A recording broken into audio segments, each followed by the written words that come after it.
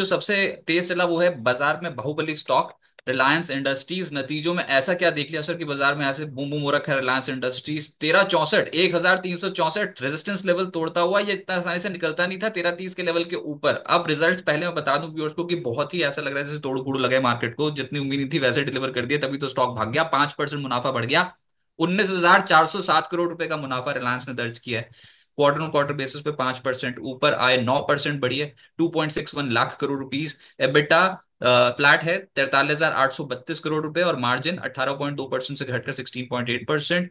जियो के नतीजे बहुत बेहतर हैं। रिलायंस जियो क्वार्टर फोर में मुनाफा 4.2% बढ़ा है, तिमाही दर तिमाही आधार पर 6,642 करोड़ रुपए। आरपू में भी बढ़ोतरी देखने को मिली है 1.5% के करीब, 206 रुपए के आरपू जो है, 206 रुपए प्रति ग्राहक के जो आरपी है वो दर्ज किए हैं। ये टाइपो एरर है, 206 रुपए। उसके बाद फिर एबिटा 2% बढ़कर 15,852 करोड़ रुपए। लेकिन जो मेजर, जो आज मैं ब्रोकिंग हाउसेस की कमेंट्री सुन रहा था, जो उनकी रिपोर्ट्स आ रही थी, उसमें सब एकदम से बुलिश साउंड कर रहे हैं सर। नोवोमा बोल रहा है कि टारगेट नोवामा का है रिलायंस के ऊपर 1,708, और जेफरीज बोल रहा है उनका टारगेट है 1,660। एक तो प्लीज मैं ब्रोकिंग हाउसेस अभी डिस्कस करूंगा, लेकिन आप पहले बताएं ये स्टॉक क्या आप दौड़ने को तैयार है? डेफिनेटली रिलायंस का टेक्निकली पहले हम बात करें सर, तो इट्स रेडी टू रेस, क्योंकि उसमें जो आपने राइटली बोला 1310 का जो लेवल था, जो लास्ट वीक भी हमने डिस्कस किया था, वो एक तो काफी स्ट्रांग रेजिस्टेंस था। वीकली चार्ट पे तो एक ब्रेकआउट आया है, तो डेफिनेटली मुझे लग रहा है कि एक बार 1400 तक ये हफ्ते में जा सकते हैं।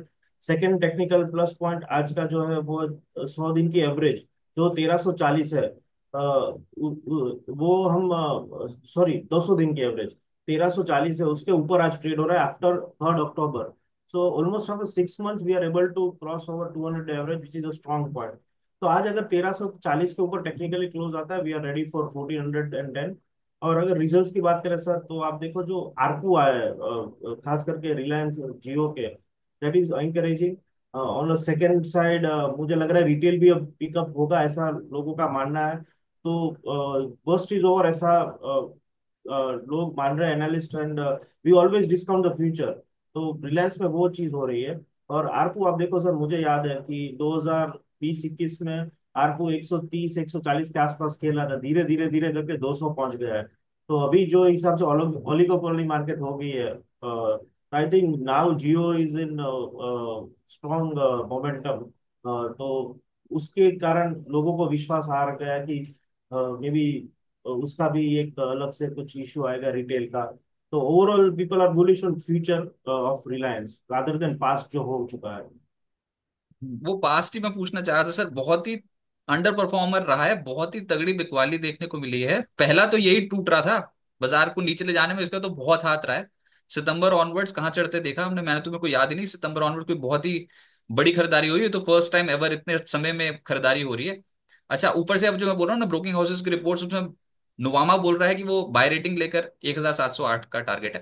क्वार्टर फोर में कंपनी का एबिटा अनुमान से थोड़ा बेहतर रहा है। न्यू एनर्जी और ओटीसी कारोबार पे फोकस ज्यादा है, और वहां विस्तार जो है वो अगला बड़ा ट्रिगर है। न्यू एनर्जी पे तो बहुत ही ब्रोकरेज हाउसेस जो हैं वो बुलिश साउंड कर रहे हैं। न्यू एनर्जी कारोबार FY30 तक मुनाफे में 12% हिस्सा उसका हो जाएगा। अगले कुछ साल न्यू एनर्जी कारोबार पुराने कारोबार जितने मुनाफा देगा ऐसा नुवामा समझ के चल रहा है। और पेट्रोकेम पेटकेम कारोबार जो है उसका भी विस्तार ट्रैक पर है, जो FY27 तक चलेगा। जेफरीज मानकर चल रहा है 1,660 रुपए, ये टारगेट होना चाहिए, फेयर वैल्यू है। मैं पहले व्यूअर्स को बता दूं, ये फेयर वैल्यू होती है, लॉन्ग टर्म पीरियड के लिए होती है, मत समझना कल ही पहुंच जाएगा। लेकिन ये समझ में आता है कि ब्रोकिंग हाउसेस बुलिश हैं।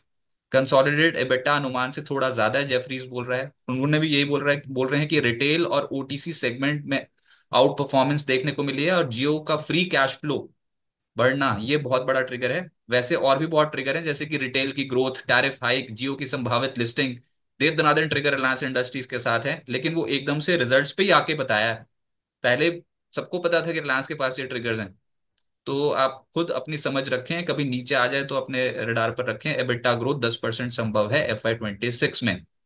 सब ब्रोकिंग हाउसेस तो टारगेट दे रहे हैं 1,600 प्लस। अभी चल रहा है स्टॉक 1,366। मुझे तो लग रहा है सर ये पॉजिटिव है डेफिनेटली। अब इतने, अब वॉल्यूम्स भी देखो, मुझे लग रहा है आज डीआई की खरीदारी रिलायंस में आ चुकी है। वॉल्यूम्स भी पिछले 10 दिनों से काफी ऊपर है। तो ओवरऑल अभी जैसे बोला कि जियो का अगर लिस्टिंग होता है सब उसका एक अट्रैक्शन आ रहा है कि जियो के शेयर्स मिलेंगे।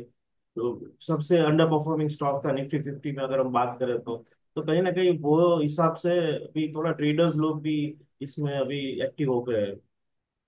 ओके, तो रिलायंस इंडस्ट्रीज को रडार पर रखें। इसके साथ साथ एक बार सर रिलायंस जियो के भी टारगेट्स अगर आप बता पाए तो, ये स्टॉक भी लोअर एंड से बहुत अच्छा चला है।